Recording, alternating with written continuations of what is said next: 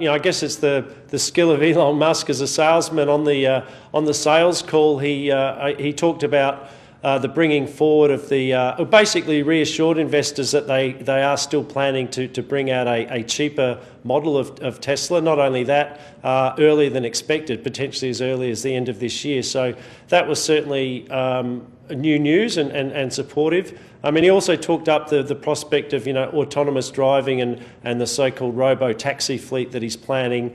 But I think it's really the commitment to go forward with a cheaper car and actually bring it to market earlier than expected was the big support for the price overnight. There is a lot of competition in the EV market, particularly from China. Was his plan enough to regain the ground the company has lost in the past year? Well, I think it needs to introduce a cheaper car to help stem that competition. And is it going to be enough? Look, I think it's a pretty daunting prospect for Tesla now. I mean, it's trading at a very high price to earnings ratio, something like 50 times earnings. Most car makers globally are trading at 1/5 that, something like 10 or 11 times earnings. So it's trading as if it's not a car company, but at the moment it is a car company, and it's facing, as you point out, very stiff competition. And it needs to, I guess, pivot to some other areas such as autonomous driving, robo-taxis to try to keep investor sentiment buoyed.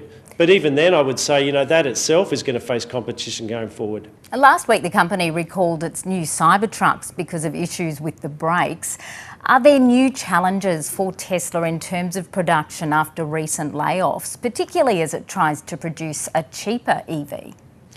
Yeah, I think one I guess encouraging result from the sales call was that they do think that they can produce this cheaper car, the Model 2, with the existing production facilities they have. So that means they won't have to outlay major new investment. So they're retooling their existing plants to be able to do that. Again, can they do it? Will they be able to do it flawlessly?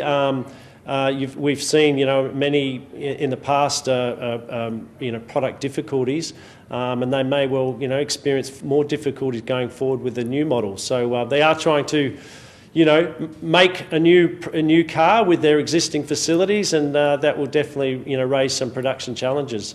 David, another issue in tech, it is looking more likely that TikTok will be banned or subjected to a forced sale after the measures were approved by the US Congress. Does that country's tech sector stand to benefit if Joe Biden signs the bill into law? Well, I think potentially, it would. I mean, obviously there is demand for TikTok-type services in the United States. Other companies that could willingly fill that void. Meta being a classic one, they've already got Instagram, but they could, come up with something that could replace TikTok in what it does. I guess it remains to be seen, whether they will find a buyer. It is their US operations obviously have value. I'm sure someone would be prepared to buy it if they were prepared to sell it. But then the question is, do they want a US investor, a US business involved in at least part of their business? And, it does raise that whole national security issue. To what extent is this an independent for-profit company separated from the Chinese government? A normal profit-making company, I think, would readily sell their business to a buyer rather than close it down for zero value. But it remains to be seen, how that will play out. David Bassanese, thank you. Great to be with you.